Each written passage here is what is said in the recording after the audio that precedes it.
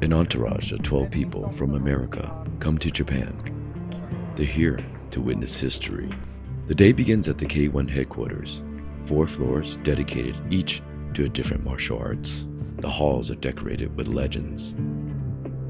Signing autographs, Melsik is determined to become one of them. Careful not to review too much technique, Coach David and Melsik smile through the open workout, knowing their opponent will be watching.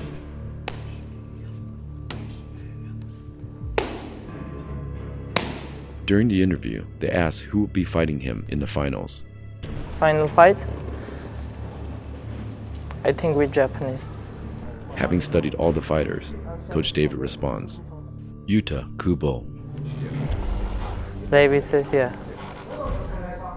Arriving to Japan only 1 kilo over the weight limit, Melsik easily makes weight, 67 kilos, welterweight, or 147 pounds. It's time for photos for the press and fans.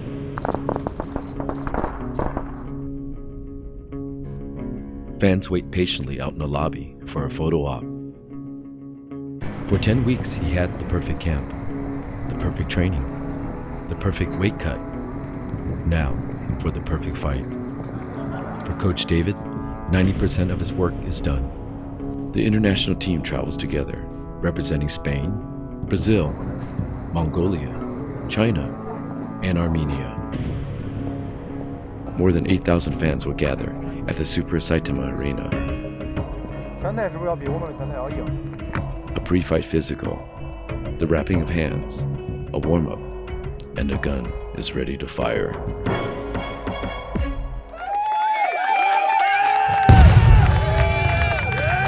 With him in the corner, his coach from Armenia, Baghdarsaryan. Melsik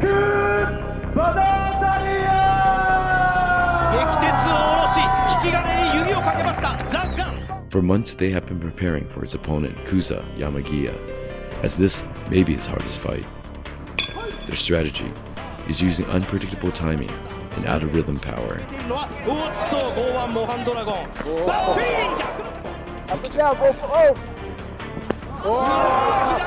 The idea is to keep the opponent guessing, which will put them on defensive mode rather than thinking of the offense. There you go. Hey! Hey!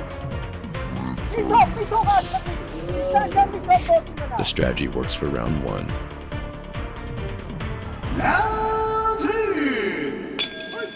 Big hand, Melsik, big hand! Big hand, go, right away, big hand! Big hand! The time difference did take its toll on Melsik, but with this blow, he wakes up. Down the hook! Hey! Drive him back! Oh, he has kick, he's scared! Hook cross, brother, hook cross, hook cross! Hey!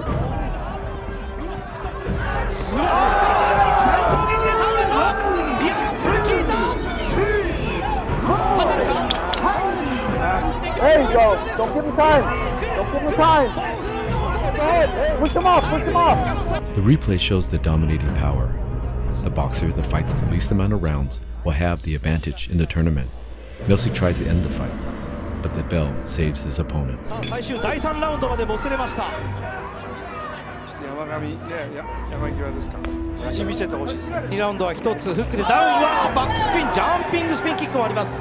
In the third round, Melsik mainly throws the lead hand.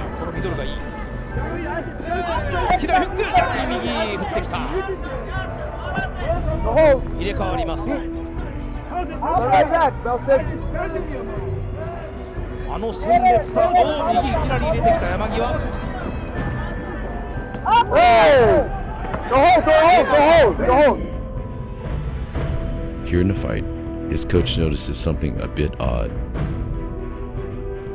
Occasionally, he throws a power cross. Go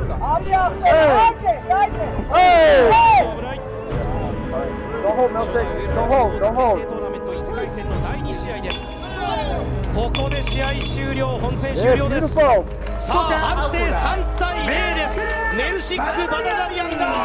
The victory is won by unanimous decision. All 3 judges give Melsik all 3 rounds. The pride of Armenia moves up the tournament ladder. Back in the locker room, Melsik whispers to Coach David, there's something wrong with his shoulder. Now the question lies, what to do? The options are presented. Drop out of the tournament and surrender the semifinal prize money. Fight the semifinal, throw in the towel when he can't go on, or fight through the injury. 20 minutes later, the time is up. A decision has to be made. In a post on Coach David's Facebook, he states the following.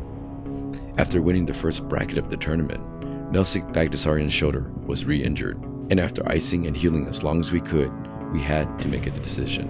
For him to step in the semifinals could further injure the shoulder and risk himself being hurt in the ring. A fighter must be able to defend themselves at all times. Although he would collect a higher prize money advancing, it goes against fighter safety, fighter longevity. Melsik's victory still counts as a win, but we must forfeit the tournament so he can fight another day. We are in tears for this, but we must do what's right for the career of the fighter. As predicted for Melsik's final opponent, Yuta Kubo moves to the finals and wins the Grand Prix tournament. Melsik could only wonder what would happen if there wasn't a sling sitting on his shoulder. マサトさん、その意味ではこのバタザリアンの左手を壊したのが右のミドルキック山際でしたよね。To sum up the K-1 Grand Prix is to see their expressions. These are faces, painted faces, with blood, cuts, bandages, and bruises. They are decorated by their opponents. A face they wear proud. Now it's time for rehabilitation. In full confidence, his doctor says he will make a 100% recovery. The promoters from K-1 made a promise to bring him back. Many people think fights are won in the ring, but they are mostly won back at the gym.